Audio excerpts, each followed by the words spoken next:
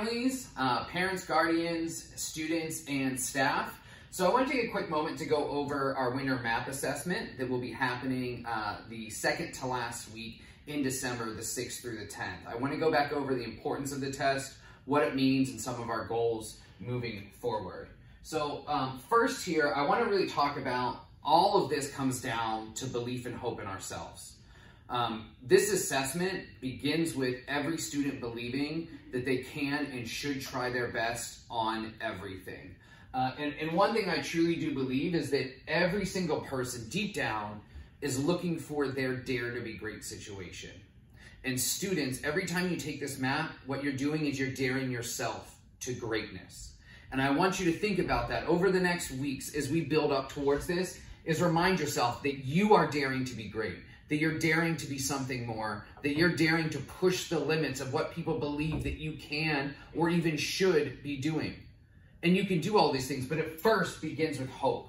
It begins with you having hope that your future, that your outcomes, that your opportunities will be better than what we all have had. That you are ready to put in that effort to show what you have learned, to show everything that you have done, not just these few months, but every year leading up to this.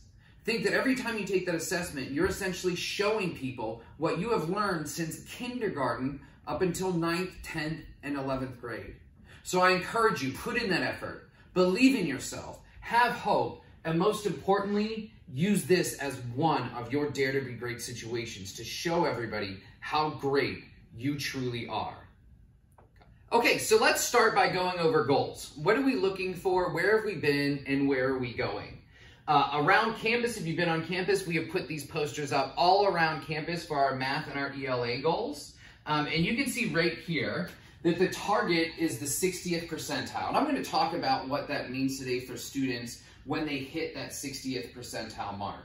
So these numbers are the number of students that have met the 60th percentile and above. So for 9th grade in math, at the beginning of the year, we had 48 students who were at the 60th percentile and above. In 10th grade in math, we had 77 students at the 60th percentile and above. And in 11th grade, we had 49 students at the 60th percentile and above. Now, I'm going to talk a little bit more later about it, but that 60th percentile level means that you are most likely to get proficient or advanced on state testing. It also means that you are more likely to hit the standards needed for college entrance exams like the SAT or the ACT. It indicates that you are ready for that next step. So this is where we started the year in the fall. Let's think about where we want to be in the winter and December when we take this. We are looking to have 70 students in 9th grade in math at the 60th percentile above. That is only us as a group having to add 25 more students. There are enough of you out there that I know can do this, that can hit those numbers as a group to show how powerful we are moving together and accelerating our learning. In 10th grade, we're looking to have 102 students, which would be adding 26 students. And then in 11th grade, we are looking to get up to 82 students, which would be adding 33 students up there. These show us as a group that we are moving in the right direction, that we are getting the material, the knowledge and skills necessary to be college and career ready at that 60th percentile and above. All right, so let's go ahead and jump into our reading goals at this time. So first for 9th grade, in the fall, we had 53 students at that 60th percentile. So already 53 out of 176 of you are showing that you are college and career ready already in 9th grade, which is awesome trajectory. In 10th grade, we had 78 students. And in 11th grade, look at this, we had 113 students show that they are college and career ready at that 60th percentile mark. So where do we want to head in winter and December? So for 9th grade, we are looking to get to 88 students. This would be adding 36 students into that bucket of being college and career ready. And then in 10th grade, we want to get to 102 students, which puts us on a great trajectory, and that's adding 24 students. And then down here for 11th grade, we're looking to get to 122, which is only adding 10 students. So again, out of 176, minus however many there were, we need 10 more juniors to step up and show that they are college and career ready. In our 10th grade, we need 24 more students to step up and show that they are college and career ready out of 176. And the same for 9th grade, we need 36 more stepping up. By doing this as a collective, we're going to be moving in a direction where we can offer different and more advanced courses as we continue on this trajectory. But let's focus on the next month ahead. Let's study, let's work hard, and let's get to these levels and these goals together. All right, so I want to take a moment and go over again, what is the MAP assessment briefly, and what does it mean, and what does the data coming out of it look like, so you understand where you are and you understand the assessment. So if you're the student here, you're going to get your first question. That question is going to be probably on grade level. If you do better, then the test gets harder. If you miss that question, the test bumps back and gets slightly easier to lower grade level. And then if you go down here and then you get the next question, which is a lower difficulty, as you see here. If you get that right, then it tries to go back up. And it does this configuration until it can accurately determine what grade level you are on in reading and math. So it might be that you get a couple that feel really easy to you at the beginning of the test, and then you get up a couple grade levels above and you start missing some. Know then that the test is going to get a little bit easier because it's going to drop back down and keep moving until it can predict exactly where you end up in the level of difficulty. This helps teachers know where you are ready to learn, and then helps you understand where you are and the gaps you have and the strengths you have as well. All right, so for example, you can see these are all Grit scores, but you can see that all the numbers are the same K-12. So you could have a 12th grader that is getting a 165.85.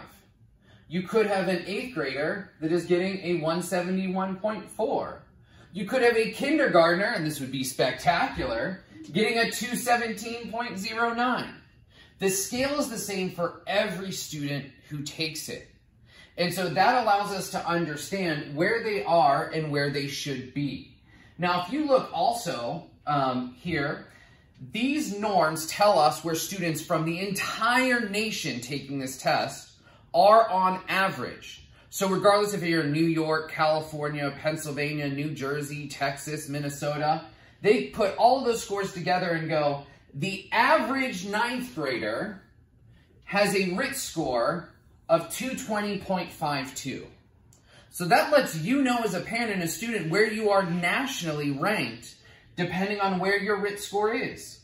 So if you get your MAP score from the fall and you look and it says 210, you can see that even though you're a 9th grader, you're still roughly at the end of the 5th grade to beginning of 6th grade year. Likewise, if you're in 9th grade and you score a 224, boy, you can see that you're already getting close to the end of 11th and end of 12th grade year for the RIT score. So that score allows you to see where you are as well as the average compared to where you should be on grade level. All right, in addition to the RIT score, we also get data called percentiles. Percentiles are for a group. So let's think of a group of 100 students who all take the MAP. Their results are going to be spread out according to how they do on their RIT score. What we end up seeing based upon the data is that the majority of students will fall within this average range, right? You're a little bit below grade level, you're on grade level, or you're a little bit above grade level. That's where the majority of students fall in the trajectory, especially in the winter. But we know as we move up, there's going to be fewer students that go off the charts above grade level. And we also know there's going to be fewer students who are off the charts below grade level. This is where percentile comes in. So let's say that your child or you are in the 50th percentile. Out of 100 kids, that means that 49 students did worse than you. And that also means that 50 students did better than you. So you're right in the middle.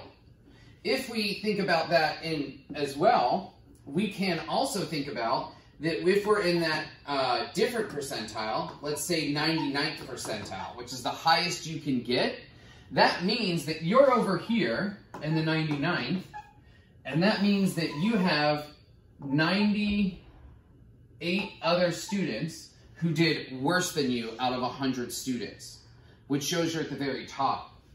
Now, if you're in the second percentile, right here, one person did worse than you on this test, is an easy way to put it, but we had like 98, 99 did better than you. So you can see it gives a ranking about where you are with other students and how they performed on the same test. So when you think about percentiles, you want the highest number possible or close to it, and the lowest number shows that there is extra work that needs to be done, especially outside of school. The main number you want is the 60th percentile. The 60th percentile is what is considered based on data on grade level and college ready. So this is why we set this mark right here as our key indicator for assuring that students are ready for the SBAC, ready for ACT and SAT, and ready for college entrance at the end of their high school career. So this is the goal whenever you're looking at your current percentile. All right, families, this is a brief video going over the MAP assessment, what it's for, how it helps educators, and how you can understand your data. Remember our goals that we're hitting the 60th percentile or above, and everything comes down to first, you having hope, you giving your max amount of effort, and you realizing that this situation is a dare to be great situation. Every day you can wake up and show your best to make your life 1% better every single day. And this is a chance for you to do very little to show very much. So let's use these next few weeks together in and out of school to get ready for our MAP assessment, December 6th through the 10th. We'll see you then, Wolfpack.